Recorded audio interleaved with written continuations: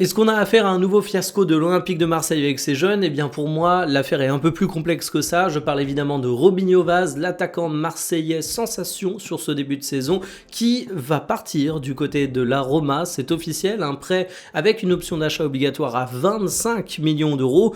Et on ne s'attendait pas à ça, tant c'est un jeune joueur, seulement 18 ans. C'est sa première vraie saison professionnelle du côté de l'Olympique de Marseille. On l'avait vu à l'occasion de quelques rares minutes de jeu la saison passée, mais cette saison, c'est vraiment là où on a mis son nom sur la bouche des supporters marseillais. Il a disputé un peu plus de 400 minutes de jeu pour 19 matchs, 4 buts et 2 passes décisives, et il est valorisé 10 millions d'euros, ce qui montre qu'avec très peu de minutes de jeu, il est déjà considéré comme un élément extrêmement prometteur.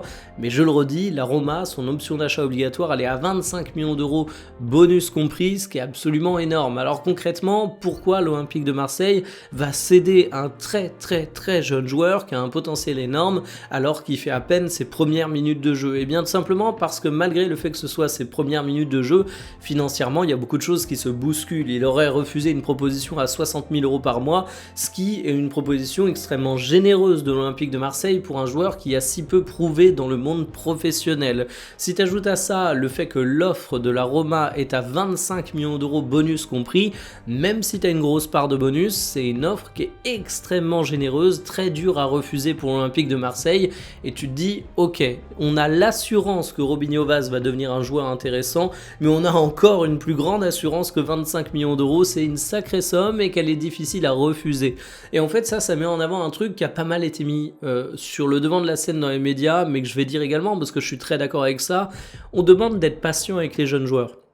Et c'est vrai, parce que quand tu as 18 ans, désolé pour les plus jeunes qui regardent cette vidéo, mais tu restes un gamin malgré tout. Quand tu découvres le monde professionnel du foot, ça peut demander un temps d'adaptation, et découper un mec qui fait ses premières minutes de jeu en Ligue 1 en disant que c'est un nulard, c'est juste une erreur d'analyse, en plus d'être humainement un comportement vraiment pas ouf. Le problème, c'est que cette patience, on la demande dans la critique des joueurs, mais les jeunes joueurs l'ont pas eux-mêmes pour eux.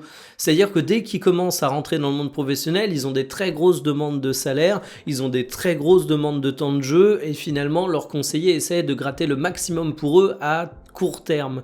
Le problème, c'est que ça fait que les clubs de Ligue 1 ne peuvent pas suivre, ne peuvent pas forcément prendre ce risque, et c'est ça qui fait que Robinho Vaz va être cédé du côté de la Roma. Donc je lui souhaite quand même de s'éclater là-bas, d'accomplir tout son potentiel, mais c'est dommage pour Marseille. Je comprends néanmoins parfaitement la décision du club olympien.